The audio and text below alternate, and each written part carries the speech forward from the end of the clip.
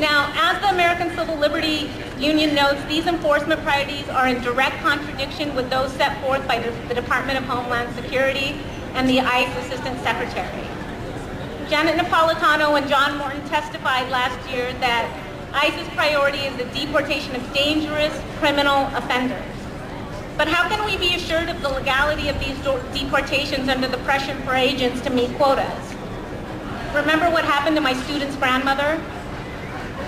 Another one of my students talked about how his father, a California resident, was detained for approximately 6 months and was shipped to Seattle. Now, we cannot underestimate the profit motive involved in detaining immigrants. The nation's 2 largest private prison operators cited significant growth opportunities for detaining immigrants, driven largely by the Obama administration's policies. And it is in these privatized immigration detention centers that we find an increasing number of detainee deaths. Based on documents unearthed by the New York Times and the American Civil Liberties Union, we know that at least 107 immigrants have died due to negligence between the years of 2004 to 2007. And I'm sure it's got to be much more than that. And some of those deaths have been children. And I haven't even mentioned the continued use of detention centers globally in our never-ending war against terror. Under this kind of political climate, it's no wonder that Jan Brewer felt empowered to sign SB 1070. Now, I know that some of you might be saying, well, undocumented immigrants are breaking the law. But do we ever ask what the root causes of immigration are? As my dear friend and colleague Terry Gomez once said, it's intellectually dishonest to discuss immigration without discussing international economic policy. What is behind the scenes are the ways the first world countries impose or rather force their economic agenda onto second and third world countries via the International Monetary Fund, the World Bank, and the Inter-American Development Bank. As an example, you should check out what's going on in Greece right now. You can see all of this. Just put on any news. I suggest independent media outlets.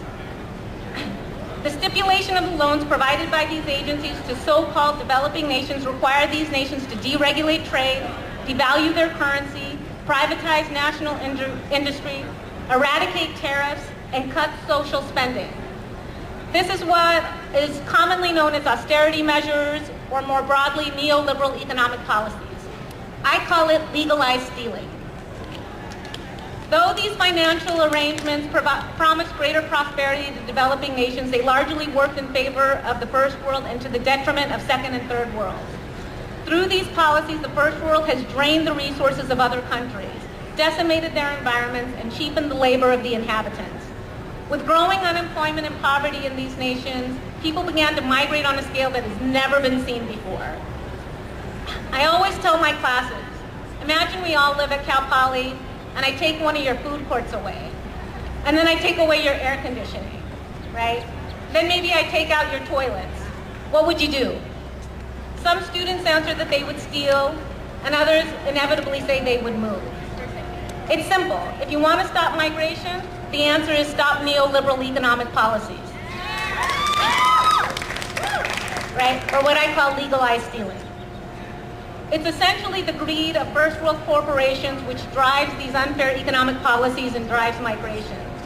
Many of you right now are here today because of these economic developments. I know I am. When my father left India, he didn't think he'd ever see his family again. Now, my father was able to see his family, but I know many people aren't able to. I can't even begin to imagine that. I can't even begin to imagine not seeing my father, not seeing my mother. I can't imagine. With that, I'd like to end this talk with the short speech I gave 4 years ago. The United States was created off the backs of immigrants, enslaved peoples, and indigenous peoples. Now, we tend to think of the horrific founding of the United States as a thing of the past, and that now we somehow live in a more just and fair world. But the United States has moved from a nation into an empire, in some ways similar to the British and Roman empires. When we think of the Roman and British empires, we think about the technological advancements they created. But by and large, what we really remember is the cruelty those empires inflicted onto other people. All empires are created through brutality, and ours is no exception. The passage of time does not ensure that we as a people have become more enlightened or progressive. Colonization is not a thing of the past, but is present with us every day of our lives.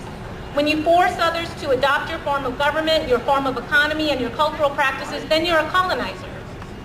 Achieving peace, freedom, and democracy through bombing people doesn't even make any sense.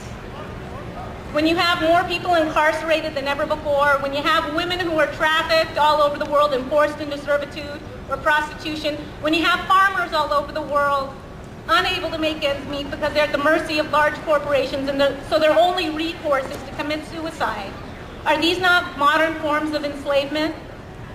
Do we really live in a less violent world? Are we really free? Never in the history of the planet has there ever been such unnecessary death and destruction.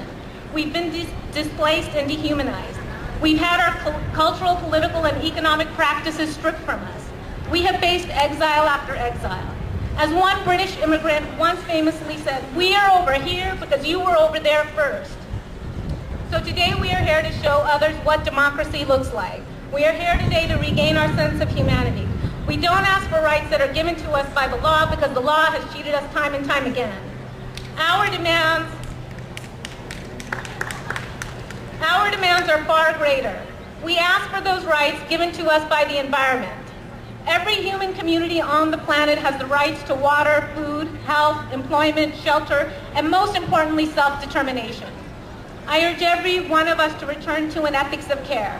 If those in power imagine a world based on legalized greed and competitiveness, then we can imagine a world based on cooperation, compassion, and generosity. Every day we must make this vision of the world realizable. Thank you.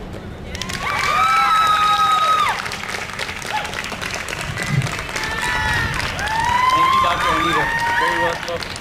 I think if there's anything, if all of that passed over your head, and if there's anything you guys can take out of this, it's probably not to look at anything at just face value, because when you do that, you're practicing ignorance. And one thing you might call yourself smart, but one thing that stops you from being smart is the sense of ignorance and looking something just very superficially.